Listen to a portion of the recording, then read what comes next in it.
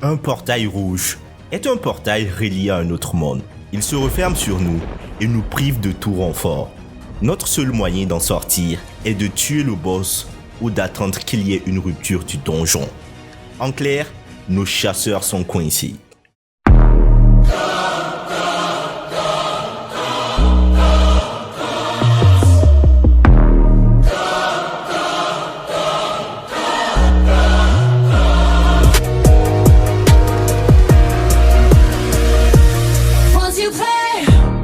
Le chapitre débute avec le chasseur de rang A qui décide de prendre la direction des opérations.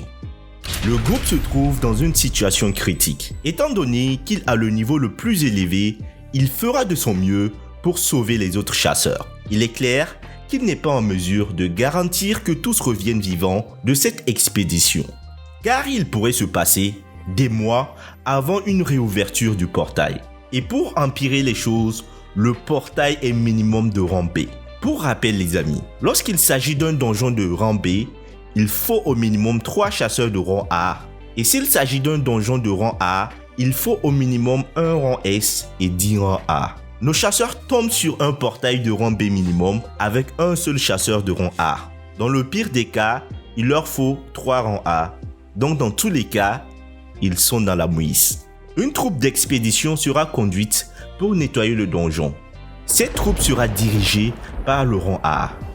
Les rangs inférieurs seront abandonnés à leur sort car ils sont considérés comme des fardeaux. Donc tous les rangs E et D devront survivre seuls et attendre que la troupe batte le boss. En réalité, dans un donjon de rang B minimum, tous les rangs inférieurs, c'est-à-dire les D et les E, sont tellement faibles face aux monstres qu'ils deviennent des fardeaux, des handicaps pour les rangs B et les rangs A et même les rangs S s'il y en a. Au lieu de pouvoir se concentrer à 100% pour battre les monstres, ils devront les protéger.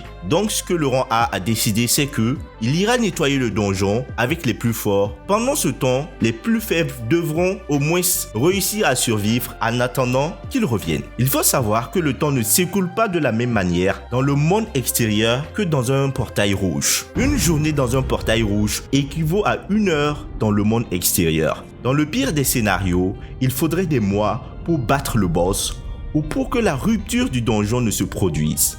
Une fille de type guérisseur décide de quitter l'équipe d'expédition afin de rester avec les rangs inférieurs. Elle a senti un pouvoir plus grand enfoui dans notre héros. Celui-ci a été en mesure d'arrêter la flèche du marcheur blanc pendant que le rang A ne l'a même pas vu venir. À l'extérieur du portail, les agents de la guilde du tir blanc se concertent. Ils pensent que le rang A est de taille face au donjon car il est remarquable. Pendant que ces derniers spéculent avec le boss de la guilde, un véhicule arrive devant eux. Le chasseur de rang S descend et commence à fustiger le boss de la guilde, qui est lui aussi un chasseur de rang S. On apprend que le rang S qui vient d'arriver appartient à une guilde étrangère, les Scavengers. Très rapidement, les esprits s'échauffent entre les deux rangs S. Le rang S des Scavengers fait comprendre qu'il est là pour faire la peau à notre héros. Cependant, il est surpris de tomber devant un portail rouge. On est de retour dans le portail. Jinwoo est surpris de constater que les chasseurs gardent leur sang-froid, malgré l'ampleur de la situation. Cela est dû aux enseignements reçus pendant leur formation, car durant la formation, on explique aux chasseurs qu'ils sont capables de rencontrer tout type de monstres et tout type de portails lors de leurs expéditions, ce qui les permet de les préparer psychologiquement à ce qu'ils vont rencontrer. Et cette fois-ci, ils sont dans un portail rouge. C'est ainsi que les deux groupes se séparent. Le groupe d'assaut dirigé par le rang A emprunte le sentier, tandis que celui des rangs inférieurs passera par la forêt. Ils se souhaitent mutuellement bonne chance. La guérisseuse pense que Jinwoo est de rang A ou même plus. Elle essaie de lui soutirer des infos, mais celui-ci reste marbre. Il ne va quand même pas révéler son secret. Dire que j'ai fait tout ce chemin pour retrouver ce vaurien coincé dans un portail rouge, s'exclama le rang S devant le portail rouge. De retour dans le donjon, d'un coup d'arme, le rang A met à terre un ours polaire aussi géant que 3 hommes. Il finit par exterminer tous les ours géants qu'ils croisèrent. La chair de ces créatures va leur permettre de tenir quelques jours. Mais ils restent sur leur garde car le vrai combat n'a pas encore débuté. Dans la forêt, le groupe de Jinwoo tombe sur énormément de traces d'ours. Ils se sont enfoncés sur le territoire des ours polaires.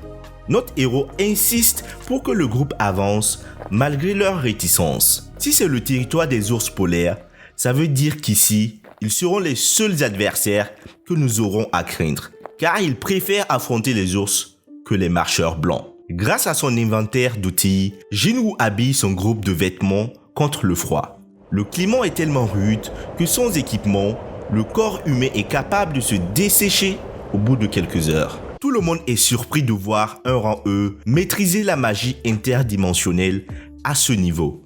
Ils se demandent qui il est vraiment. Notre héros promet de les protéger, mais en échange, il ne voudrait pas qu'on lui pose des questions. Un ours polaire fait son apparition. Tous les chasseurs sont pétrifiés de peur et regrettent d'avoir emprunté ce chemin. L'ours se met à attaquer. Jinwoo esquive ses coups et lui assène un gros coup de poing sur le crâne. La bête s'effondre au sol. Tous les autres chasseurs sont stupéfaits par son exploit. Toujours à l'extérieur, le boss de la guilde fait comprendre qu'au-delà de ce portail pourrait se trouver un désert brûlant d'une chaleur harassante, ou une jungle regorgeant de serpents ou d'insectes venimeux, ou plutôt un climat glacial affiché des engelures aux pieds. Et cette dernière option est celle dans laquelle se retrouvent nos chasseurs. En plus d'être dans un climat glacial hostile, ils sont en face de monstres très puissants. Pour lui, les chasseurs ont plus de chances de mourir que de survivre. Le rang S retorqua qu'il est bien curieux de voir ce qui se cache derrière ce portail, car c'est un événement extrêmement rare.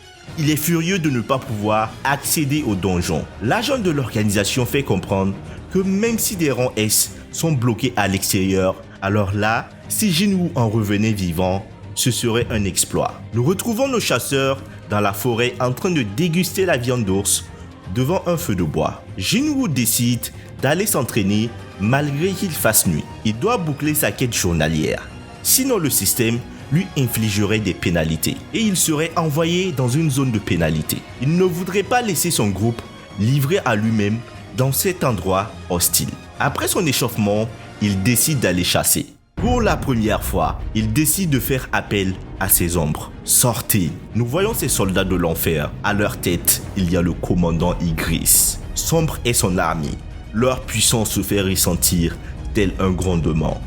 En face de lui se trouve une légion d'ennemis. Des ennemis extrêmement redoutables. Ils sont autant nombreux que le camp adverse. Qui sont-ils, les amis?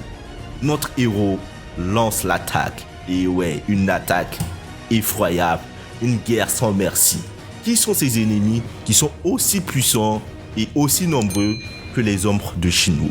Pour le savoir, il faudra être présent dans le prochain chapitre.